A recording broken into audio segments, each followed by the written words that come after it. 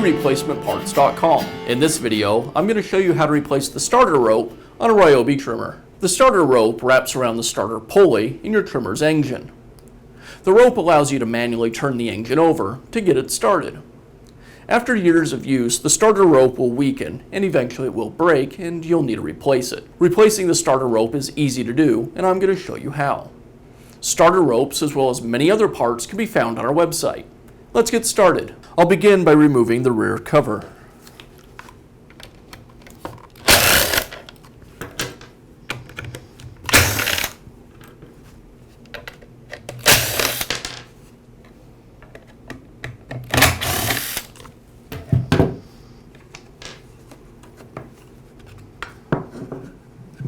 Now we have access to the carburetor and the throttle cable.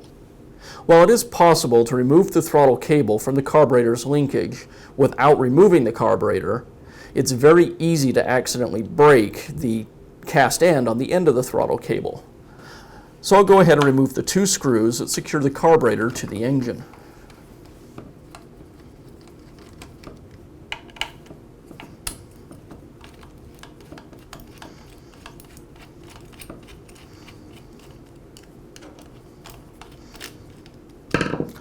Now I can pull the carburetor away and twist it up while removing the throttle cable.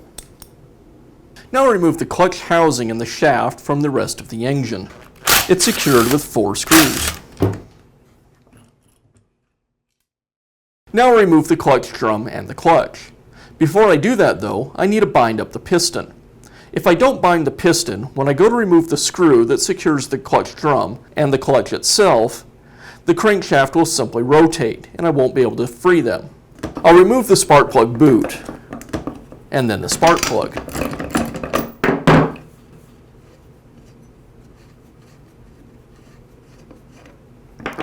Now to bind the piston, I'll insert a piece of starter rope into the cylinder. The starter rope will coil up and take up all that space inside the combustion chamber, so that the piston won't have any travel and the crankshaft won't be able to rotate. Now that the piston is bound, I can remove the clutch drum and the clutch.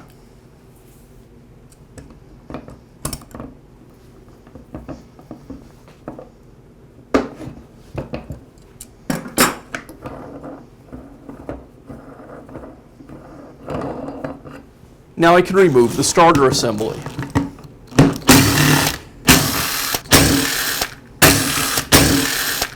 As I pull the starter away, there's a wire that leads to the ignition coil, and I'll need to remove that.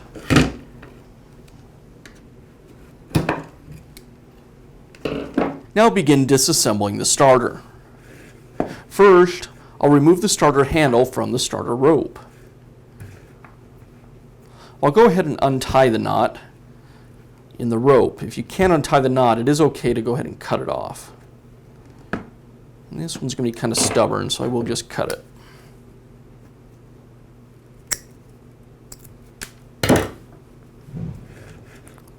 Now I'll remove the handle from the rope, and I need to take the tension off the starter spring. To do that, I'll just let the rope go inside the starter. With the tension removed from the starter spring, now I can remove the starter pulley. I'll remove these retaining clips that hold the pulley in place.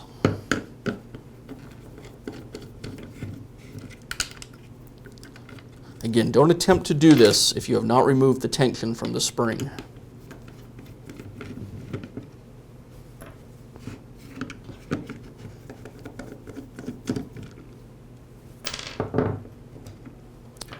Normally there'd be an additional retainer like this on the end of the shaft. However, it is missing on our model. This retainer is not reusable, so you can just use a screwdriver to pry it away. With all of the retainers removed, now I can pull the starter pulley away from the housing. I want to be careful that I don't take the spring with it, otherwise you'll have to recoil that spring. Now I'll remove the rope from the starter pulley.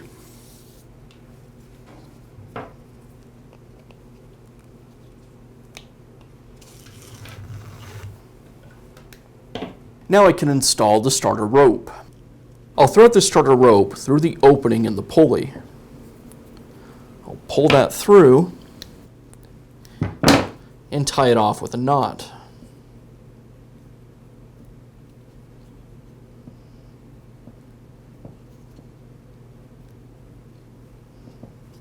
I'll then tuck the knot inside of the pulley.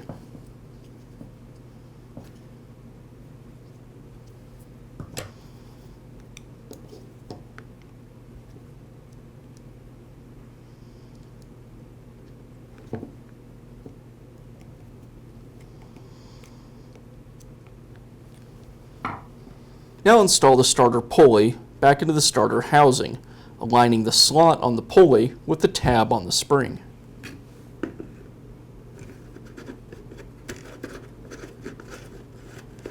Now install the pulley retainer.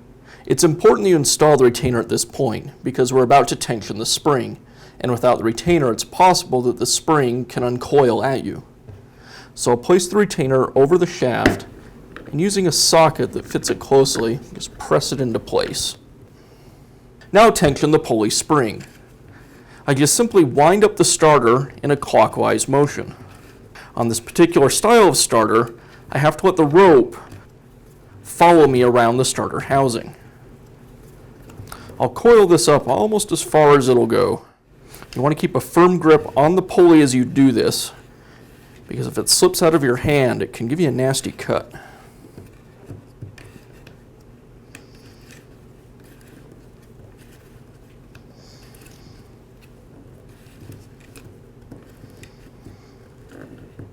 Okay, right there's as far as it'll go. I'm going to back it up until that starter rope is in line with the eyelet that the rope passes through.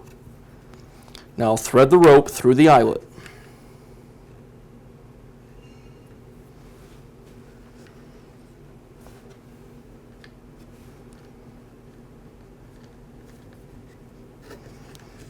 Continue to keep pressure on the pulley so it can't rotate, and I'll install the remainder of the pulley retainers.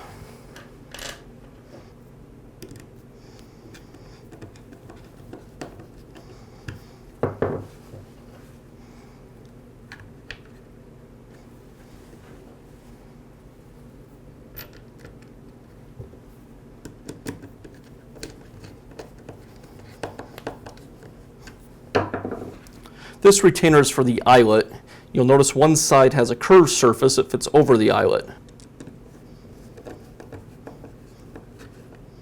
Now rotate the starter around, keeping a firm grip on the rope. I'll go ahead and tie a knot in the rope so the rope can't extend back into or recoil back into the starter. Now reinstall the starter handle. I'll thread the rope through the handle, tie a knot, and pull the knot back into the top of the handle. And I'll finish up with the starter by removing the knot that we tied in the rope earlier.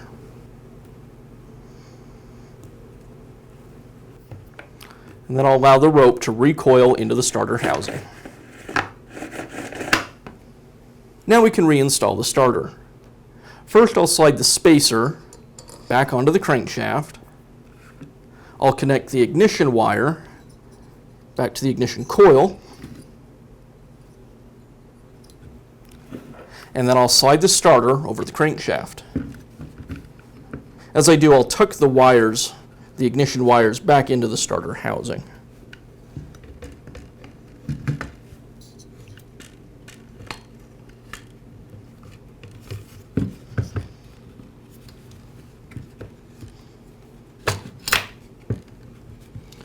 With the starter back in place, now I'll secure it with the screws. I'll reinstall the base and secure it with its screw.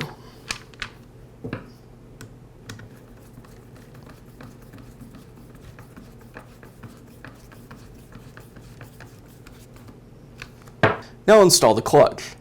First comes the large washer, and then the clutch. If you've removed the piece of starter rope that was in the cylinder to keep the crankshaft from rotating, Go ahead and reinstall that now. And then I'll tighten down the clutch with a pair of adjustable pliers.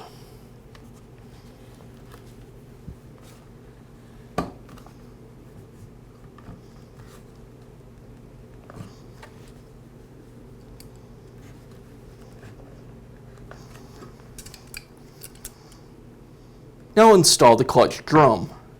First comes the small spacer washer, and then the drum. And I'll tighten down the internal screw inside the drum.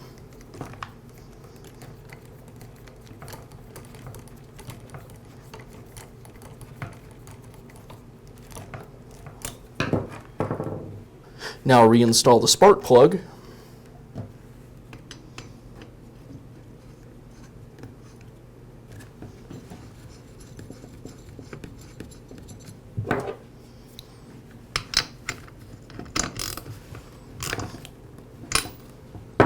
And replace the spark plug boot.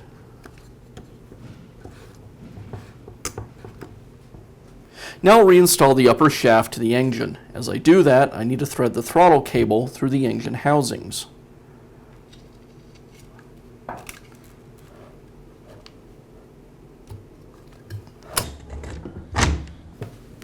I'll secure the clutch drum housing to the engine. Now I'll reinstall the throttle cable back onto the carburetor's throttle linkage. And I'll secure the carburetor as well as the choke plate with the screws.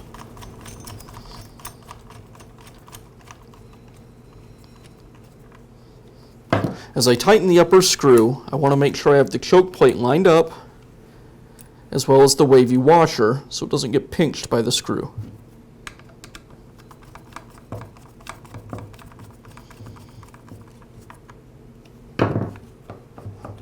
And now I'll reinstall the rear cover with the air filter.